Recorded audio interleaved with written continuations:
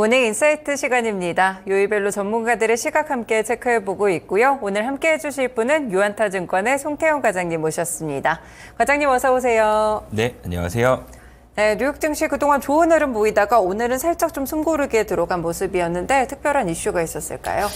사실 시장의 방향성을 결정하는 부분은 오늘은 없었습니다. 네. 별다른 이슈가 없이 금리 관련돼서도 물론 연준의 매파적인 발언이 나오기는 했지만 그것이 그렇게 시장의 방향성을 결정하지 않았다라고 보시면 될 것 같고요. 네. 4월 한 달 동안 금리 관련돼서 사실 금리의 인하에 대한 기대감이 무너지게 되고 오히려 인상까지 올라갔다가 그런 부분이 이제는 인하의 기대감을 일부 다시 가져가게 되면서 시장은 약간 회복 구간이다라고 보시면 될 것 같고요. 네. 이러한 흐름들이 계속적으로 이어질 가능성은 좀 더 높지 않나 이렇게 생각을 해볼 수 있는 것 같습니다. 네, 그렇군요.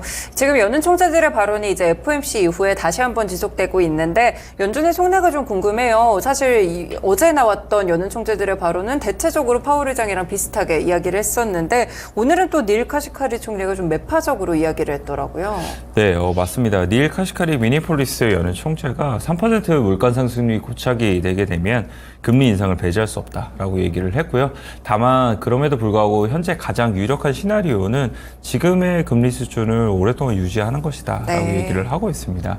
그리고 이 금리의 점도표 같은 경우에도 3월달 같은 경우에는 올해 연말까지 금리를 2번 정도 인하하게 될 것이다라고 이제 제시를 했었었는데 네. 이제 6월달에는 어떻게 될지 모른다라고 얘기를 하게 되면서 다시 한 번 더 단순하게 금리에 대한 인하 쉽게 가지 않는다라는 것을 역시 한 번 더 보여준 것이 아닌가라고 좀 생각을 해볼 수 있는 것 같고요. 네. 아폴로 글로벌 매니지먼트 같은 경우에도 연방의 기금리의 미래 경로에 대해서 연준과 시장의 전망은 거의 언제나 틀렸다라고 네. 얘기를 하고 있습니다.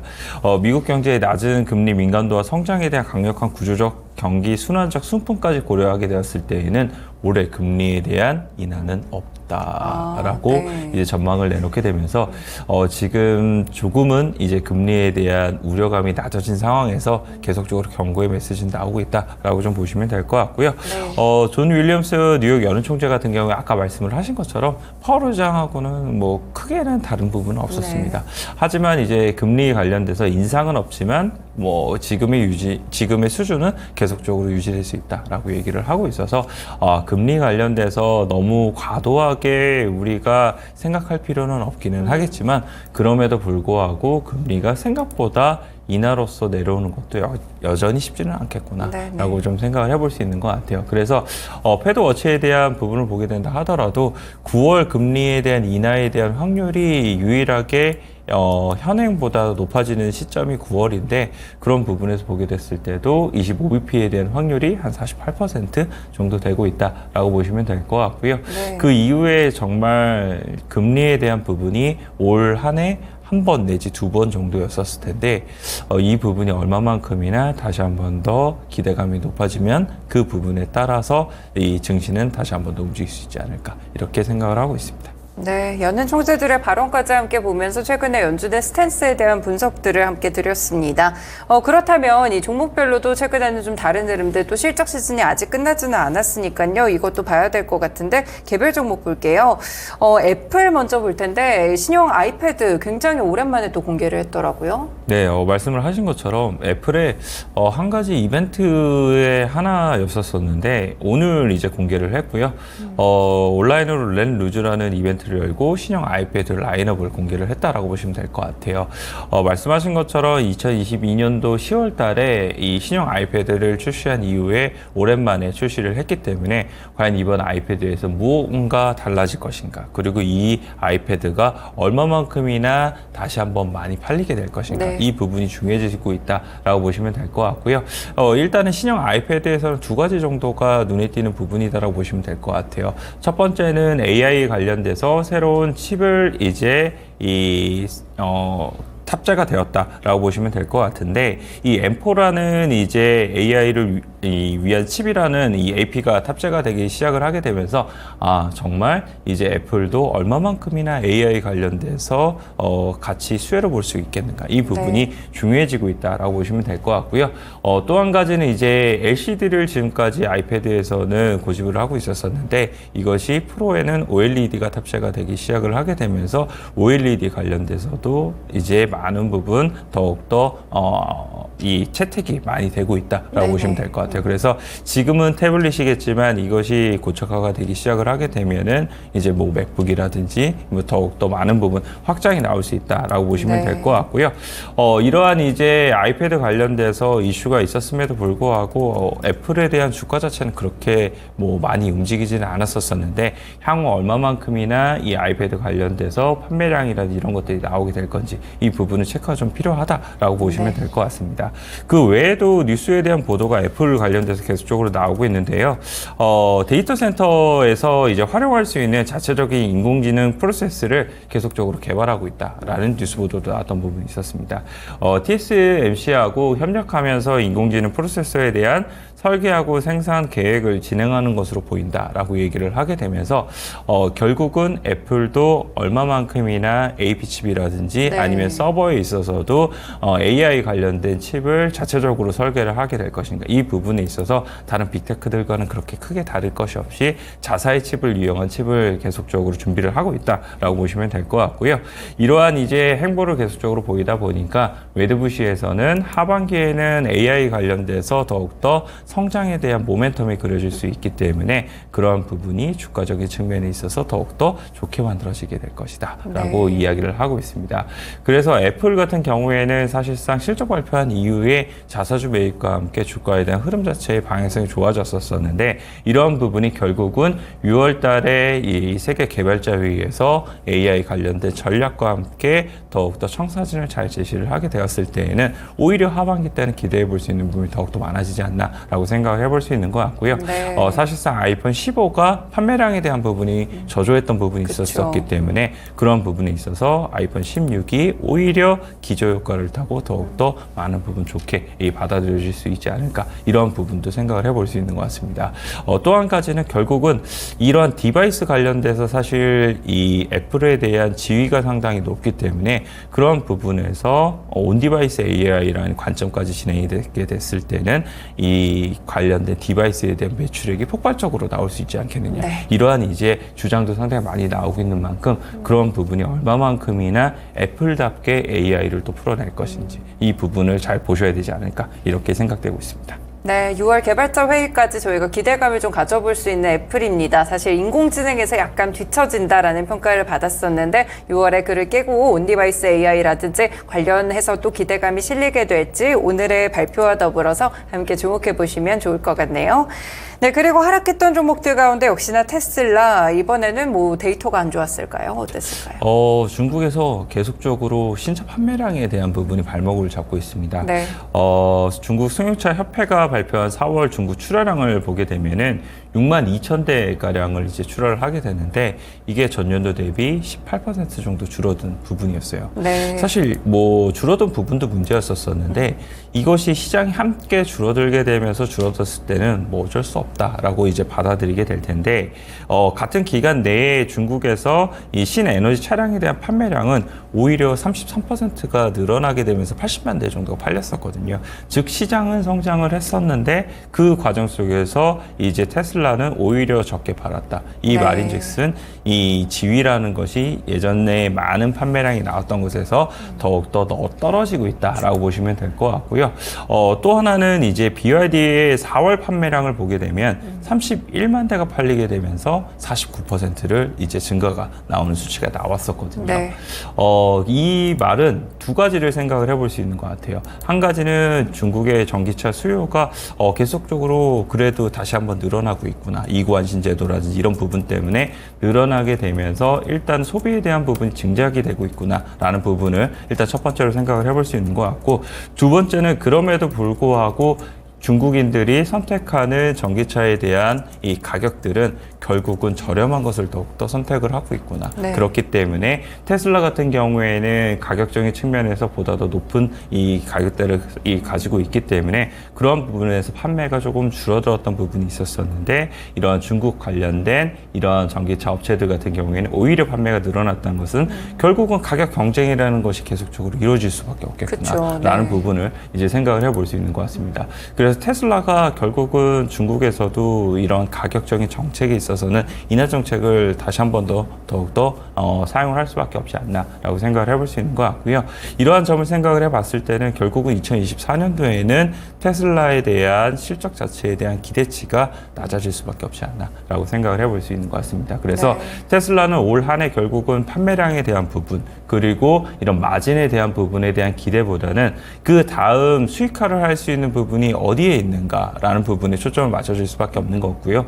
그런 부분에서 생각을 해봤을 때는 자율주행 관련돼서 FSD가 얼마만큼이나 빠르게 수익화 모델로서 자리 잡을 수 있겠는지 이 부분이 중요해질 수밖에 없는 것 같습니다. 그래서 8월 8일날 이제 로보택시 관련돼서 이제 나오게 될 텐데 거기서 FSD 관련된 부분이 얼마만큼이나 부각이 되게 되고 그리고 그것이 시장에서는 얼마나 받아들여지게 될지 이 부분이 결국은 주가에 대한 방향성을 결정해 줄 수 있는 부분이 되지 않나라고 생각을 해볼 수 있는 것 같고요. 네. 또 하나의 뉴스 플로우를 보게 되면은 이제 월마트에서 수백 대의 세미를 주문한 것이 확인된 바가 있다라고 이제 뉴스 보도가 나왔었습니다.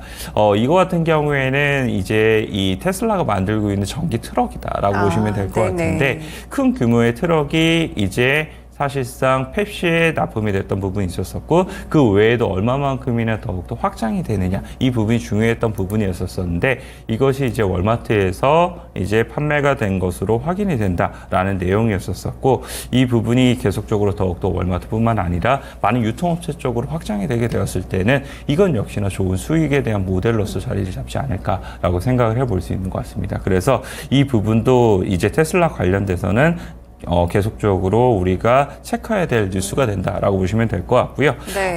이제 또 다른 전기차에 대한 뉴스 보도를 보게 되면 루시드에 대한 부분이 있습니다. 루시드 같은 경우에는 오늘 실적 발표를 한 것은 아니고 그 전날 실적 발표를 하게 되고 시간의 시장에서 많이 빠졌던 부분이 있었었는데 그것이 오늘 반영이 되게 되면서 14% 정도의 하락이 나왔던 부분이 있습니다. 결국은 실적에 대한 부분도 있기는 하겠지만 이런 판매량에 대한 부분 그리고 수요에 대한 부분에 있어서 계속적으로 의문을 많이 가질 수밖에 없다라고 얘기를 하고 있고요.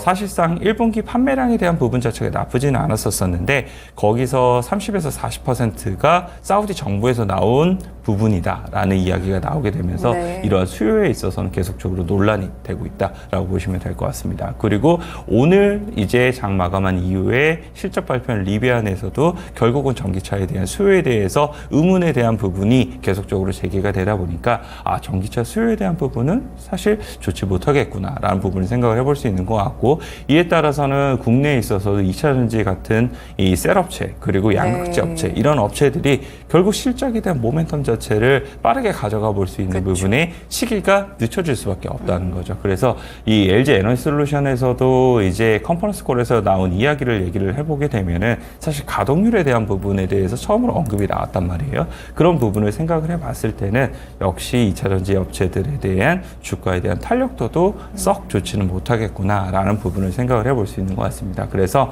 이런 부분을 생각을 해봤을 때는 2차전지 내에서는 결국은 업황과는 조금 더 무관하게 움직일 수 있는 종목에 대해서 픽하는 것이 더욱더 좋지 않나라고 생각을 해볼 수 있는 것 같고 자동차 같은 경우에선 이런 부분을 고민해보게 되었을 때에는 결국은 그 중간에 수요를 비집고 들어갈 수 있는 게 하이브리드 관련된 이제 차량에 대해서 판매고가 늘어날 수가 있게 되는 부분이 있게 될 텐데 그런 부분에서 하이브리드에 대한 차량 판매가 늘어났을 때 수혜를 받을 수 있는 뭐 코리아 FT라든지 이런 종목군 관련돼서도 우리가 계속적으로 관심을 가져봐야 되지 않나 이렇게 생각해 볼 수 있는 것 같습니다. 네, 테슬라, 루시드, 리비안을 통해서 전기차 수요에 대한 부분들 함께 짚어봤습니다. 2차 전지까지 투자 전략에 조금 더 활용해 보시면 좋을 것 같고요. 다음으로는 디즈니 보겠습니다.